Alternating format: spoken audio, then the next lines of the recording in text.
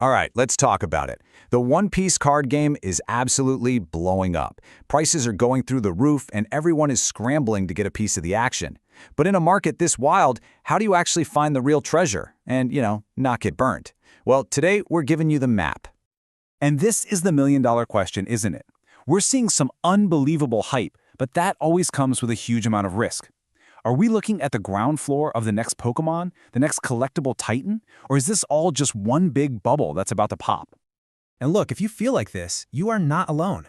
That fear of missing out, that FOMO, is so real right now. The market's moving at lightning speed, and it feels like you have to make these massive decisions in an instant. If you want to know why everyone's feeling that pressure, just look at this number, 172%. That was the price increase for a single card, the Soji King Manga Rare, in top-graded condition, in just 1 month. Now, gains like that are absolutely explosive, but they're also a massive red flag. Let's be real, that kind of growth just isn't sustainable.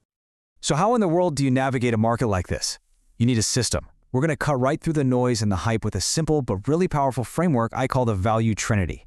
It's how you can look at any card and truly understand its potential for long-term value, separate from all the short-term craziness. Okay, let's dive right in. We're going to break down the 3 fundamental pillars that are going to guide your entire collection journey. If you can master these, you'll be able to spot true value from a mile away. Here's the bottom line. A card's real, long-term value almost always comes down to these 3 things. Think of it like a 3-legged stool, right? Rarity tells you how many of them are out there. Character tells you how many people want one, and chronology tells you its place in history. A card that scores a 10 out of 10 on all 3, that's the holy grail. So let's break them down. First up, we've got to talk about rarity. Before you can even think about a card's value, you have to understand where it sits in the food chain. This rarity pyramid, it's the absolute foundation of everything. So every booster pack you open is going to have your commons, your uncommons, and at least one rare. But the value really starts to climb when you get to super rares and secret rares. And after that, well, that's when you enter the collector's dream territory. The alternate arts with their incredible artwork, and then, at the very, very top, the legendary Manga Rares. Now here's the secret sauce with the Manga Rares. Their art comes straight from Ichiro Oda's iconic manga panels. And what that means is, their value isn't just tied to people who play the card game. No way. These are pure collector's items for any fan of One Piece, and that gives them this massive built-in audience. And believe me, they are ridiculously hard to find. The estimated odds of pulling a manga rare are somewhere around 1 in every 1,500 booster packs. You could literally spend thousands of dollars cracking boxes and never even see one. And that is the engine that drives their insane value. All right, so we've got rarity down. Now let's look at the other 2 pillars that separate the good cards from the truly great investments. The characters who are always in demand, and why in the world of collectibles, older is almost always better. Some characters are just timeless. Cards featuring guys like Luffy, Zoro, Shanks, and Ace, or fan-favorite waifu characters like Nami and Boa, they have this natural protection against market dips. Their popularity is just constant, so demand for their best cards is always going to be high, no matter what's happening in the metagame. And to really put that in perspective, just think about this quote. It's about the Manga Rare Shanks from the very first set, OP01, and it just perfectly nails its significance. I mean, just like Charizard is to Pokemon, this Shanks has become a cultural icon for the entire game. It's the ultimate chase card from the very beginning. And that leads us perfectly into chronology. The first few sets, we're talking OP01 through OP04, they're really considered blue-chip assets. Why? Well, because Bandai just couldn't keep up with the insane demand at first, so those initial print runs were way smaller than what we see today. And in any collectible market, that first edition or rookie set always carries this special historical weight. Even if they reprint the cards, those original first-wave products, they're gone forever. They're historical artifacts now. So now you know what to look for. You've got the Value Trinity down. Let's get practical. How should you actually go about getting these cards? This is where the strategy really comes into play. You've basically got 2 main paths. You can invest in sealed booster boxes, which is awesome. You get that nostalgia, that thrill of opening packs, or you can buy graded single cards.